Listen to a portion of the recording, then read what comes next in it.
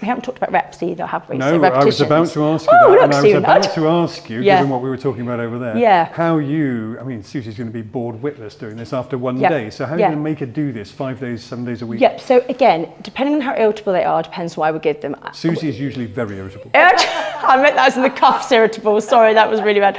So if the cuff is really irritable, they're quite painful. I tend to like to do a day on and a day off, actually, and a day on, day off. And I found that actually that gets me better effects for my patients. So the whole, 3 sets of 10, it's really not like that. You're engaged by what your patients are doing. So I would tend to say to the patient, right, let's try 2 sets of 10. How did that feel? Actually, that felt really easy. I think I could do a bit more. Okay, let's do a bit more. So you load them, but you don't load them into an uncomfortable position. Because again, we know that the benefit of exercise, there has been some really nice studies say that actually when you get pain with exercise, it can still work really well on strengthening and making you better. Crusty old buggers like me will say, this 3 sets of 10, 2 sets, why sets of, why not just do it till you're tired or fed up and stop then? Absolutely. So exactly, so that's exactly right. So you just need to be engaged with what your patient's telling you, because if a patient does, this is why this whole 2 sets of 10 thing really needs to go away. You're guided by your patient. If they say, actually, I can do a bit more, I can load it a bit more, then right, let's load you a bit more and let's work on challenging yourself. Because again, I don't send patients off with the same exercise for 6 weeks.